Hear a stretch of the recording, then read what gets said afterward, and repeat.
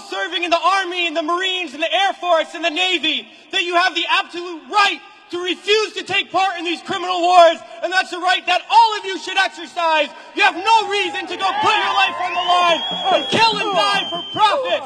We've been to Iraq, we've been to Afghanistan, and we know what these wars are really about. And we joined the military for many reasons. Because we need a college education, because we need a job, because we need health care. And then we joined the military, and they tell us that our enemies are poor people in caves in Afghanistan, or poor people in the deserts of Iraq. But we've been to those countries, and we know that our enemies are not other poor people abroad. Our enemies are the people that laid us off from our jobs, that denied us health care, that make it impossible to get an education. Our enemies are not in the poorest countries on the planet, but right here in the richest one. Now these wars, the occupations of Iraq and Afghanistan alone, are costing over $700 million every single day.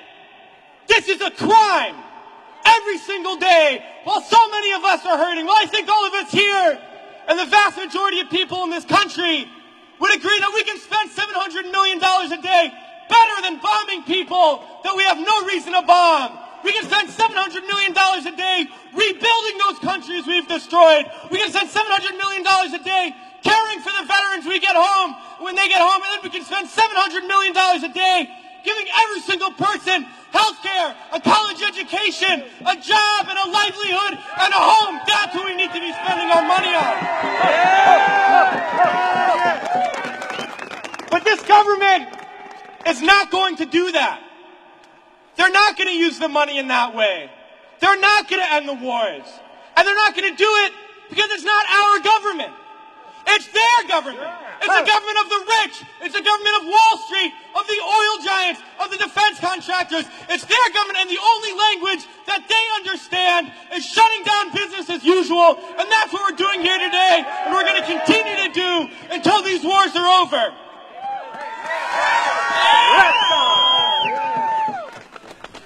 Well, it's crystal clear now that these wars are going to continue and expand and go into other countries. That is the trend. That is what we know, that there is perpetual war, and it's only going to stop if the people stand up and stop it. And that's what we're going to do, sisters and brothers.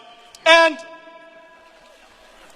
a lot of people ask me, what do we do? Because we all know things are bad. We all see the atrocities on TV. We read about it. We experience it.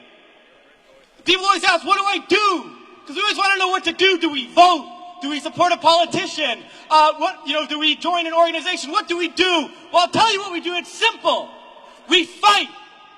We fight and we fight and we fight, and we shut down our workplaces. We shut down our schools. We shut down the streets. We shut down business as usual, and we fight until we force the people in there to do what the people out here want. Because that's how we're going to get around, and we're going to fight until there's not one more bomb dropped, not one more bullet fired, not one more soldier coming home in a wheelchair, not one more family slaughtered, not one more day of U.S. imperialism. So let's fight to make that happen. We can do it today, and then in days ahead, we have to fight to end these wars and create a better world, sisters and brothers. So join us in that fight. Thanks.